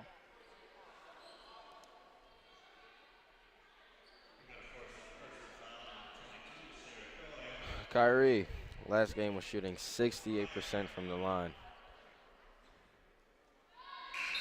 First one falls. They'll give Kyrie 4 points on 9. Senior Casey Morton will check out of the ballgame for her possible final minutes, as well as number 10 Clement. Number 44 Alex Bope into the ballgame for the Foresters. She's from Oregon Davis High School. Kyrie able to get her second fall. Number 34 Logan Rawls, the freshman from Norwell High School, into the game. Oh, Sarah Doyle, their hip check to look like. Doy, a hard fall to the ground, but looks like she's good as she gets up there. Now the Foresters in the 1-and-1 bonus. Doyle go to the line.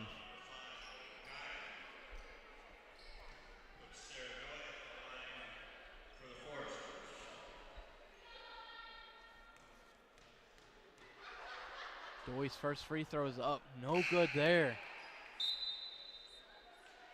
Foresters, really a great game from beyond the arc tonight. 9 of 15 for 60%. Abdul, you know, usually you think if you can shoot around 35 to 40% from beyond the arc, you'll be fine in a contest. But, you know, you get around that 60% mark, and I think you're fine with really anything, as head coach Lori Kohler is going to take a 30-second timeout, and we're going to keep it right here, Abdul. 2:52 left on the game clock. 64 to 47, your Foresters lead. I agree with you, It's been a fun one here. It has been it's been a great one. They're playing a great game tonight.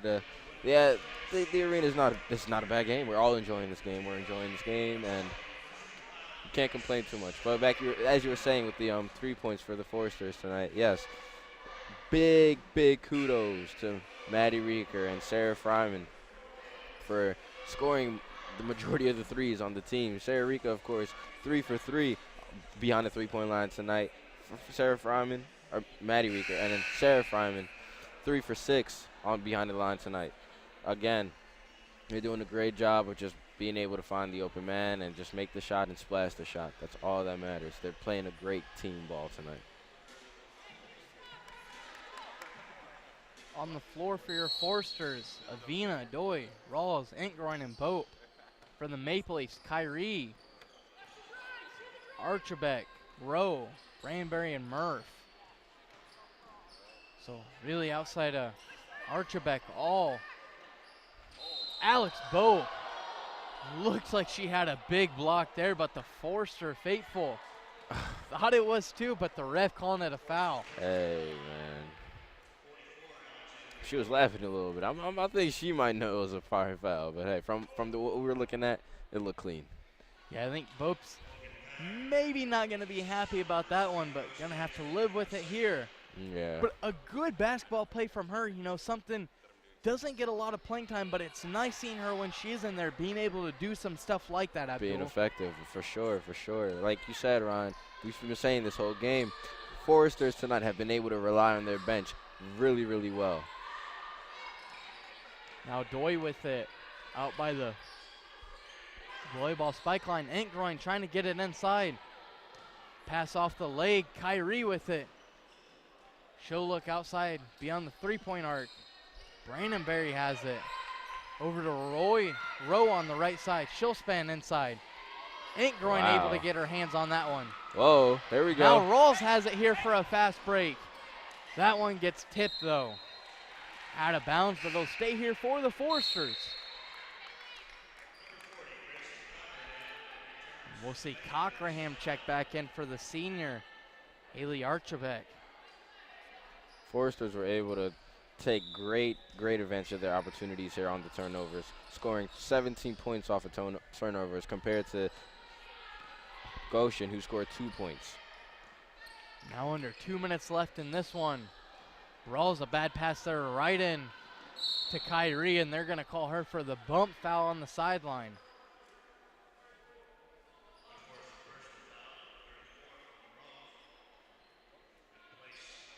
Kyrie's going to go to the line shooting 2.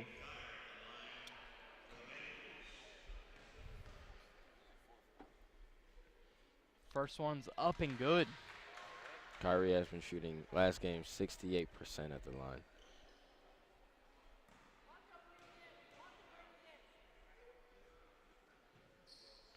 Second one up and good as well. Sarah Doyle bring this one up, and Goshen still putting on this full court press, trying to get a trap it looks like. Nice pass right over the top to Doyle, and she'll regroup this offense. You know, the Foresters tied 13-13 in this final frame, but really have played slow and kind of in control here. Now Bope, a beautiful turnaround. And the bench erupts over here. Maddie Reeker leading them in that cheer. Once again, Abdul, seeing her play at that kind of higher level is just nice. You got to think next year, her junior year, she's going to be a player the Foresters look to a lot. Oh, for sure, without a doubt. And we're going to get a full timeout here by head coach Lori Kohler. We're going to take it with her. 66-53. A minute and some change remaining here on FDN Sports. Your Foresters lead.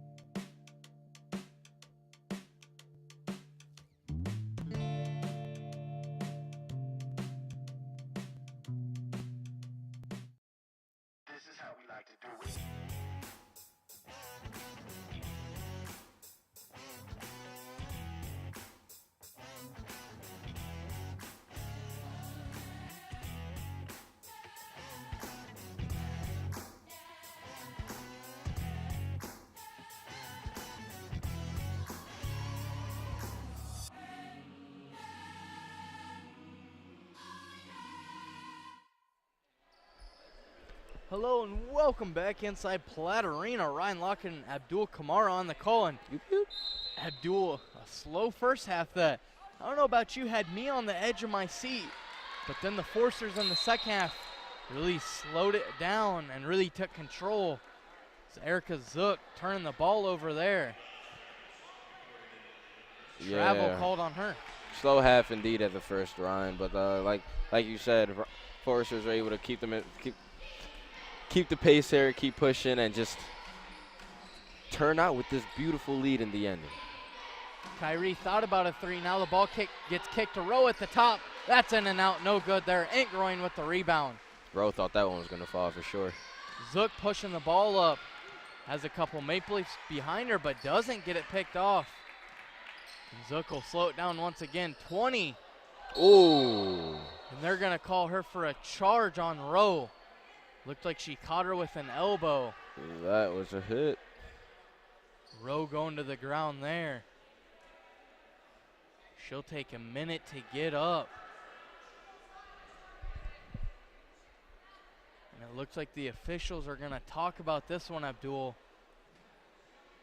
Yeah, I that believe was a possible flagrant to be called here. It would be fair. I mean, it was clear. With her taking that high, the ball high over her head and catching Rowe there. Really an unfortunate play this late in the game, and you know, I hate to say it, but with the game out of control really for the Maple Leafs right now. They're gonna call a technical foul on Zook. Here we go, White. Go, White. That'll be Zook's first foul of the ball game. Official over there explaining that one. Head coach Stephanie Miller. Miller 77 and 167 in her 8 seasons. Rowe looks to be able to shake that one off. Looks like she'll be fine. Ryan, the girls tonight have played with some great energy, some great attitude, and great heart. You got to give it to them. They're trying, they're hustling, and they're pushing. You got to love it. Now Rowe with it. She has it at top of the key. Whitney Dodds in the ball game for the Forcers. Ross comes up with the steal, though. Pass over to Zook, and Zook will go down to the ground. Cockerham fouling her. That'll be number 3 on Cockerham, and she's really had an off night tonight, Abdul. 8.6 rebounds, averages 13 points on the season, but really just a slow night for her. Just hasn't been able to get in a rhythm all night. Yeah, Ryan, it's really unfortunate. Coming into this game, I remember Cockerham was definitely one of the names we were looking at a lot tonight. Unfortunately, her game just wasn't able to match the expectations. Zook's first one good, second one no good. Now 12 on the shot clock. Rowe takes it inside, kicks out to Kyrie. 3-pointers up, no good. That one was long. Both gets a block there. They're going to credit her with that one. Now they're just going to hold it. Well, and Forces are going to hold it. That's going to be the ball game. 67-53. They're going to win this one. A big win for conference play, seeding-wise. We're going to come back with our post-game stats as well as an interview with head coach Lori Kohler here on FDN Sports. Don't miss it.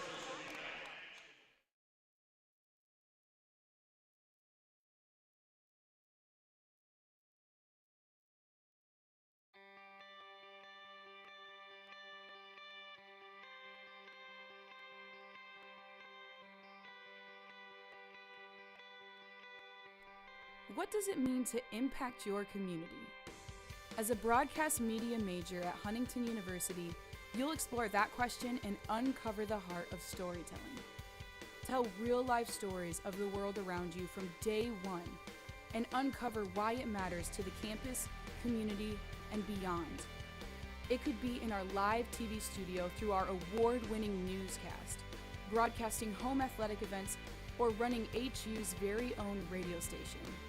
You'll have the opportunity to use industry standard equipment from 4K cameras to instant replay to better prepare you for a future career.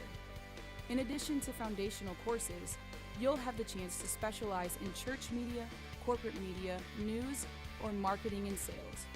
Or spend your last summer interning in one of America's largest cities, Phoenix, Arizona. In this one-of-a-kind opportunity, you'll have a home base at Huntington University's Arizona Center for Digital Media as you launch into professional opportunities catered toward your area of interest and enjoy the sunshine in the process.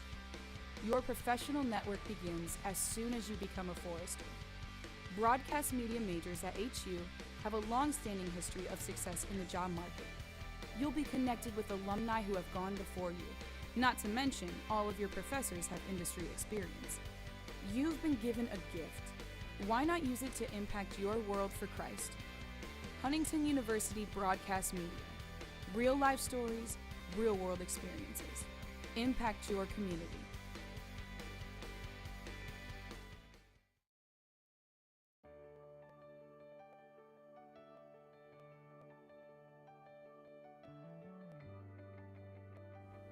I am Dr. Fred Miller. I am the Department Chair of Kinesiology and also an exercise science professor at Huntington University. Huntington University is unique as far as they get a lot of one-on-one attention from the professor. You know, helping them learn the information or helping them minister a test, whereas some universities, you don't get that one-on-one from the professors. One of our themes focuses is on being a Christian and trying to be a good role model for others. We're here, we really care about the student and want to see that student succeed, not just preparing them for their future career, but also we want to prepare them to be a servant for God. Huntington University, we have a lot of equipment that students will get an opportunity to use and experience. Some of the equipment we have include a bod pod, which is very famous. We also have other interesting equipment that students will get to use. That equipment include a VO2 Max, a metabolic cart system. There's also a lot of equipment including other health measures. Students will get plenty of opportunity to learn how to use. Hi, I'm Abdul Kamer, and I'm here with Coach Lauren Culler. Congratulations on the win tonight, Coach. First question. A slow start in the first half, but a dominating start, dominating in the second half. What happened? What was the adjustment like tonight? Well, I think really we just started knocking down the wide open looks we were getting. I don't know how many layups we missed in the first half, but you know, I think just nerves, I think, you know, in the first half. You know, it's a game we're supposed to win, and they have nothing to lose, so they play loose. And so at halftime, you know, we just kind of decided, okay, yeah, we're fine. You know, we just got to knock down the shots when we're getting wide open looks. And so I think it was just kind of a change in mentality. Nothing special, I said, just them performing at the way they're capable. That's awesome. Sarah Fryman and Maddie Reeker had a great game tonight. Was their impact big on the win? Well, you know, anytime you got people that are putting double figures up for you, I mean, that's going to be an important, you know, part of the game. But, yeah, I think, you know, both of Maddie started out strong, hit a couple threes, but Sarah had kind of a slow start, and it was nice to see her just kind of hang in there and stick with it, and able to, in the second half, in that third quarter in particular, come out and hit some big shots and give us a little bit of confidence, I think, as a team. You know, when your leading scorer starts knocking down shots, everybody kind of really reads a little easier, so that helped a lot. For sure. IU up next. Conference standings are huge right now. What do the girls need to do to get the win? Well, we beat them here on the floor, our floor, so they're going to remember that. So it's going to be doubly hard to go over there and knock them off again. But I think we take a confidence knowing that we did beat them once, and we've really played pretty well on their floor in recent years, and so I think we're going to go into the game with a lot of confidence in being able to compete, and knowing that, you know, especially we just found out Grace upset St. Francis tonight, so that just made things more interesting with our pack right there in the 4, 5, and 6 spots. So, yeah, I mean, I kind of feel like anything can happen at this point. I mean, we'd love to finish 4th and host a tournament game, and you know, but you know, win on Saturday is going to be necessary for that to happen. So thank you very much, Coach. Congratulations on the win again. Thank you. I'm Abdul Kamer. Again, that was with Coach Culler. Have a nice night. FDN News. Now for some final game stats. For the Forsters first, scoring-wise, Sarah Fryman led all scorers with 25 points, 3 rebounds, and 3 assists to go along with that. Maddie Reeker was hot. 13 points, 4 rebounds, and 2 assists for her. Brooke Saylor kind of an off night tonight, but also in foul trouble quite a bit. 1 point, 4 rebounds, and 2 assists for her. Then you kind of look over shooting-wise. Forsters really struggled all night, but able to get up to the 41% mark. 60% from beyond the arc, though. Phenomenal for them. It was really that big third quarter that started pushing things for them. 22-6 in that third quarter.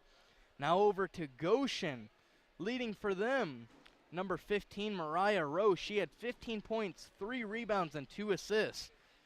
Now Allison Prigge, number 25, she had 10 points to go along with 4 rebounds. Kind of a slow night for this Goshen squad, a squad that looked like it was going to get the upset early, but really it was the lack of their big star scoring. Cockerham only had 8 points with 6 rebounds, just an off night for her, an unfortunate night for her. Goshen drops this one, your Forsters win. Grace beat St. Francis, so now they're tied for that 4 and 5 spot. Next up on the list, though, we have Iowa. Forsters will be there this weekend. Then they'll look at Grace next Wednesday. It's going to be a fun one here in conference play. You're not going to want to miss any action. Make sure you stay with Forster Sports on FDN underscore sports. That's it for the rest of the crew. 67-53, your Forsters are victorious today. For the whole crew, David Beck, Isaac, Kobe, Emma back in the studio, and our great FDN director, Bray Snyder. For Abdul Kamara, I'm Ryan Lockhart. Have a safe night and have a good night, Forsters.